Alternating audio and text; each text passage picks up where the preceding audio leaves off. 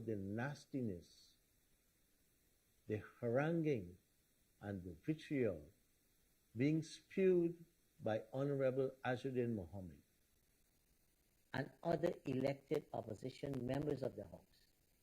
Also, I will respond to some uninformed comments made by some members of our diplomatic community. The positions expressed by some sections of the media, some diplomats, and opposition members, which give the impression that the National Assembly has been deliberately inactive. They are false and outright absurdity. Our 13th Parliament, from the time it was convened on November 3rd, has been functional. In excess of 90 questions and 5 motions have been received by the clerk, analyzed, processed, and decisions communicated to opposition members.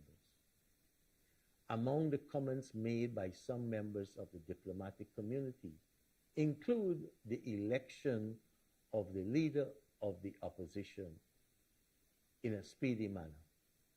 To the U.S. ambassador to Guyana, I ask, who is the leader of the opposition in your country? Does the absence of an opposition leader interfere with your country's democratic process? To my dear friend Sebastien from the Canadian High Commissioner, your great democracy took 6 months to produce a budget last year.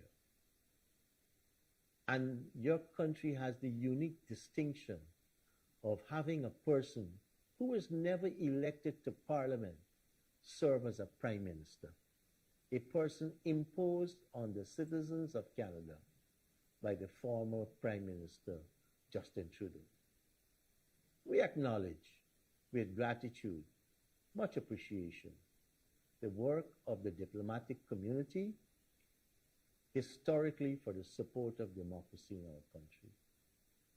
A democracy which has been restored in 1992, and a democracy which has been strengthened, fortified, and continues to be developed, especially with the changes introduced by successive People's Progressive Party civil governments.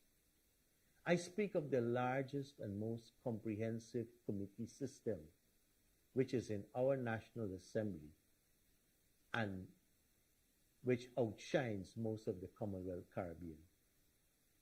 I speak of the introduction of the rights commissions in our Constitution. I speak of the introduction of the Integrity Commission, the Public Procurement Commission, the Local Government Commission, the Ethnic Relations Commission, and of course, the expansion of the private media in our country. These are unprecedented in our history, and more particularly, they uphold our people's right to freedom of expression and freedom of association. I have been carrying over these past few weeks a great burden. As I read, as I watched, and I listened to the comments hurled at the staff of Parliament and at the Speaker, at being badgered by lies being spread by Starboard News and by the nasty comments being spewed by Azuddin Mohammed, accusing me of corruption and many other things. Truth be told, neither my family nor I have ever been sanctioned and indicted by the United States or any court. The most recent events and slanders against me have reminded me of the darkest days in Guyana's political history. The last occasion I found it necessary to make a public statement was after an attack on my home in 2000 by the People's National Congress and their supporters.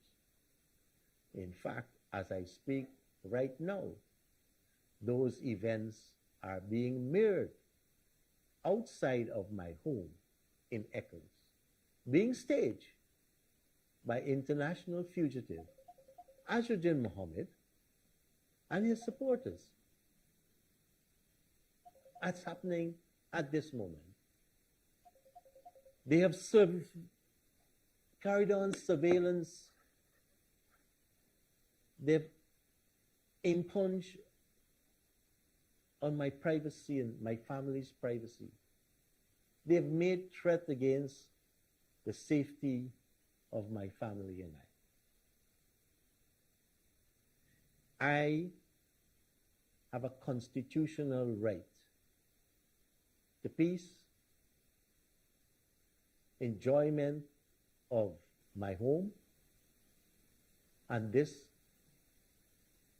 has been repeatedly violated by Azzuddin Mohammed and his supporters. This is the truth. I am not sanctioned by a U.S. court. I am not indicted by a U.S. court. I am not a fugitive.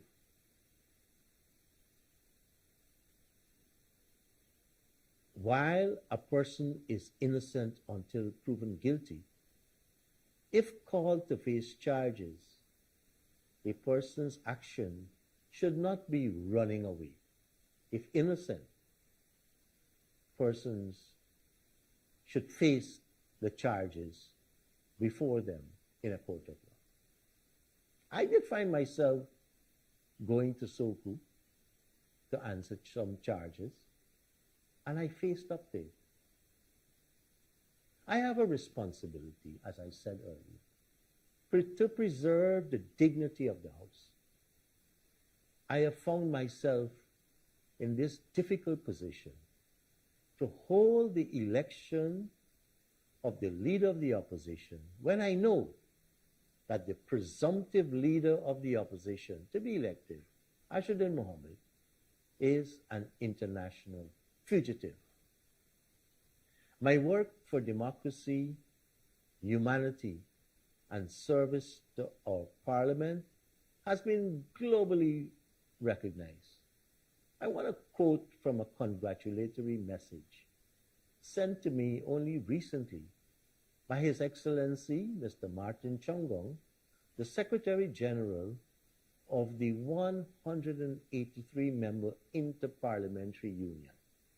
And I quote, "We have been fortunate to count on you among the champions of the IPU for many years, notably as the former chair of the BRULAC and at present as co-chair of the Parliamentary Committee for the World Trade Organization. Guyana has been a key actor in effective interparliamentary diplomacy, most recently under your leadership. Your championing of the Caribbean community's important role within the IPU is all the more crucial at a time when global multilateralism is under threat, with growing risk of alienation of small developing states, many of which are located in the Caribbean.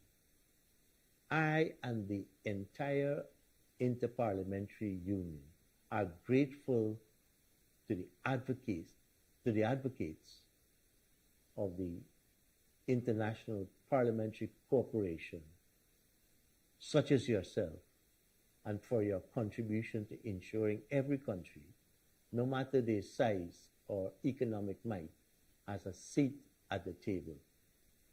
Unquote. And I want to thank the Secretary General of the IPU for those generous, kind, and heartening comments on my stewardship as Speaker and as a representative of our Parliament at the Interparliamentary Union. I intended upon my return from representing our National Assembly and our country at the 28th Conference of Speakers and Presiding Officers of the Commonwealth, which was recently held in New Delhi. I'd intended to convene the meeting for the election of the leader of the opposition, regardless of how that vote would go. If opposition members of parliament feel it morally right to elect an international fugitive, then the stain on our parliament and our country rests solely with them. This likelihood has been unprecedented in our Westminster parliamentary system. Pablo Escobar, while he may be a role model for some, went down the route of becoming an honorable member of parliament. Extortion, money laundering, terrorism, and trafficking were all associated with Pablo Escobar. Same as the internationally indicted fugitive offender.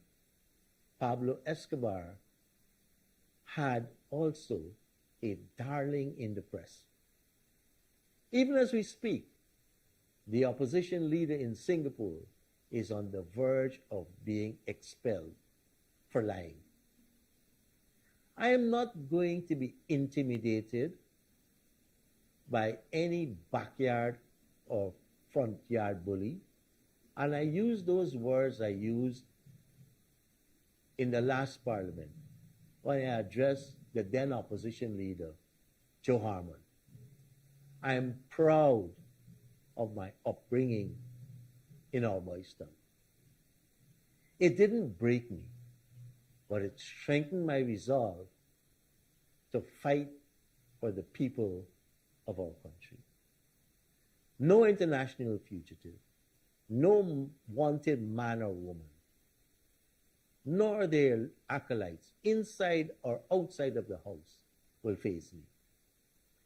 In the discharge of my constitutional duties, which rest solely within my purview, I have asked the clerk of the National Assembly to convene a meeting of all the non-governmental members of Parliament for 10 a.m. on Monday, the 26th of January, 2026.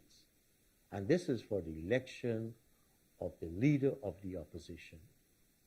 I pray, I trust, that those involved in this process of electing the leader of the opposition would be guided by the dignity of the House, the reputation of our country, and the sanctity of the responsibility that has been entrusted upon them by the electorate. Thank you.